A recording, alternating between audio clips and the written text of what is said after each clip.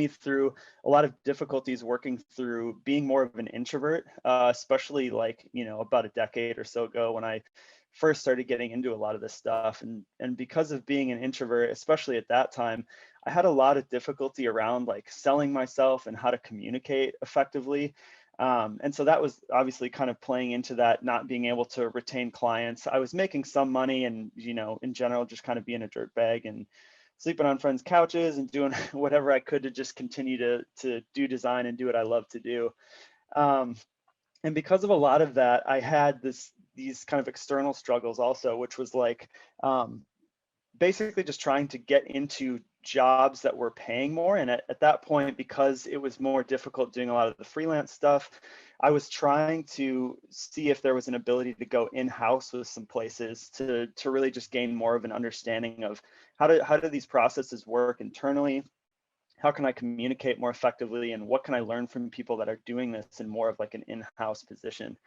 And because of that, I was essentially moving cities just about every year. If I do the math over the last decade, it was literally at just about the year mark that I would not only move like jobs, but also move cities. And so it was a lot of change over and over again, kind of trying to just chase this thing of learning as much as I could and learning about people and design and all this stuff. Um, so at a certain point, I got to this period where I had moved down here to Florida, and started working for the largest company I had ever been at. They're one of the largest, if not the largest, sports retailer in the world. And so what was difficult there is I kind of, in bouncing through a lot of these different things, had the thought of, maybe if I get to this point where I can work for this behemoth, a lot of these difficulties around this process and how you communicate through design will just go away. And it was the exact opposite. The larger the company was, the more those issues were amplified. And so through that process, I was kind of able to understand, okay,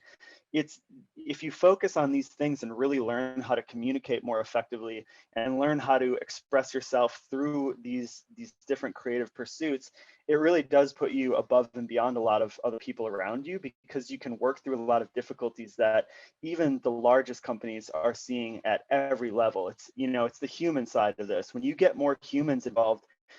you can have as many processes in place as you want,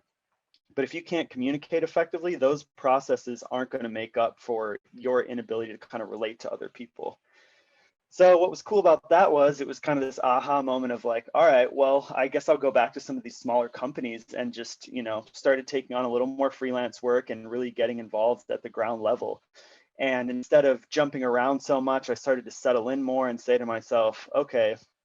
I need to really just stick out a lot of these things. And instead of seeing them as external to me difficulties that are maybe part of an organization or a process or something, I need to take more of that on internally and look at it more of the communication side of things, how to work through these things myself,